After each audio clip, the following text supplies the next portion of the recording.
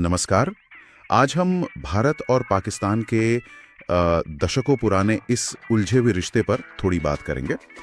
हमारे पास ना एक विश्लेषण के कुछ हिस्से हैं जो इस पूरी कहानी के मतलब खास मोड़ों पर रोशनी डालते हैं। कोशिश ये रहेगी कि इस विश्लेषण से ज़रूरी बातें निकालें और समझें कि बंटवारे से आज तक ये रिश्ता कैसे बदला है। तो चलिए शुरू करते हैं। कहानी शुरू होती है 1947 से। भारत का बंटवारा हुआ, पाकिस्तान बना और वो रैडक्लिफ लाइन खींची गई। हाँ। और उसके नतीजे तो खैर भयानक थे। लाखों जानें गईं, करोड़ों लोग बेघर हुए और फौरन ही मतलब तुरंत ही जम्मू कश्मीर का मसला खड़ा हो गया। हाँ बिल्कुल, कश्मीर का मुद्दा तो जैसे शुरू से ही इस झगड़े की जड़ रहा है। हाँ। महाराजा हरि सिंह ने भारत में विलय का फैसला किया। हाँ। लेकिन फिर पाकिस्तान ने वो कबायली लड़ाकों की मदद से हमला कर दिया और इसी से पहली जंग 1947-48 वाली वो छिड़ गई। अच्छा। फिर संयुक्त राष्ट्र का दखल हुआ, लड़ाई रुकी, सीज फायर हुआ, पर कश्मीर का एक हिस्सा जिसे आज हम POK कहते हैं, पाक अधिकृत कश्मीर, हाँ पाक अधिकृत कश्मीर, वो पाकिस्तान के कब्जे में चला गया और यहीं से असल में संघर्ष की नींव पड़ गई, जैसा कि ये विश्लेषण इशारा करता है। और ये जंगों का सिलसिला फिर रुका नहीं। 1965 में भी तो पाकिस्तान ने कोशिश की थी, वो ऑपरेशन जिब्राल्टर। हाँ, 1965 में ऑपरेशन जिब्राल्टर उनका प्लान था कि कश्मीर में घुसपैठ करके अंदरूनी बगावत भड़काएंगे, लेकिन वो नाकाम रहा, जैसा ये विश्लेषण बताता है। और फिर आया 1971 का युद्ध।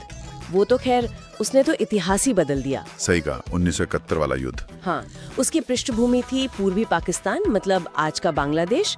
वहाँ जो कुछ चल रहा था वो नरसंहार वगैरह। हाँ। उस समय भारत के ऑपरेशन ट्राइडेंट जो नौसेना ने कराची बंदरगाह पर किया था और ऑपरेशन जैकपॉट, ये सब काफी सफल रहे। अच्छा। और फिर 16 दिसंबर 1971 को ढाका में वो जो 93,000 पाकिस्तानी सैनिकों का सरेंडर हुआ, वो तो एक बहुत ही बड़ा मोड़ था। हाँ, वो तस्वीरें तो आज भी याद हैं। बिल्कुल।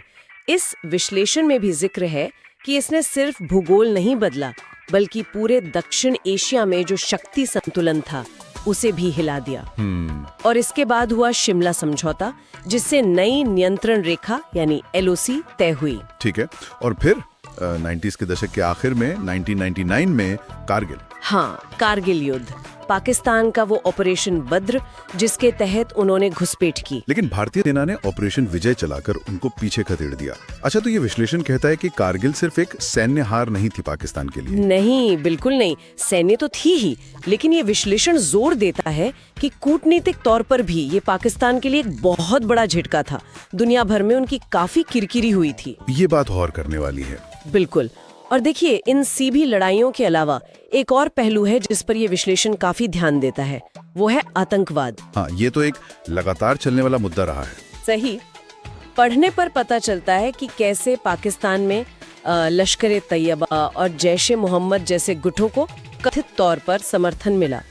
और उसका नतीजा हमने देखा, मुंबई धमाके 1993, फिर संसद पर हमला 2001 और फिर वो 26/11 मुंबई हमला 2008 में। बहुत दुखद।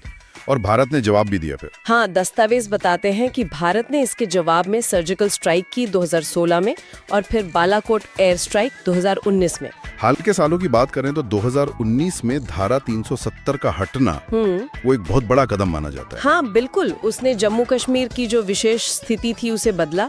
और विश्लेषण ये भी कहता है कि पाकिस्तान ने इसे अंतर्राष्ट्रीय मुद्दा बनाने की बहुत कोशिशें की, लेकिन वो कुछ खास रंग नहीं ला पाई।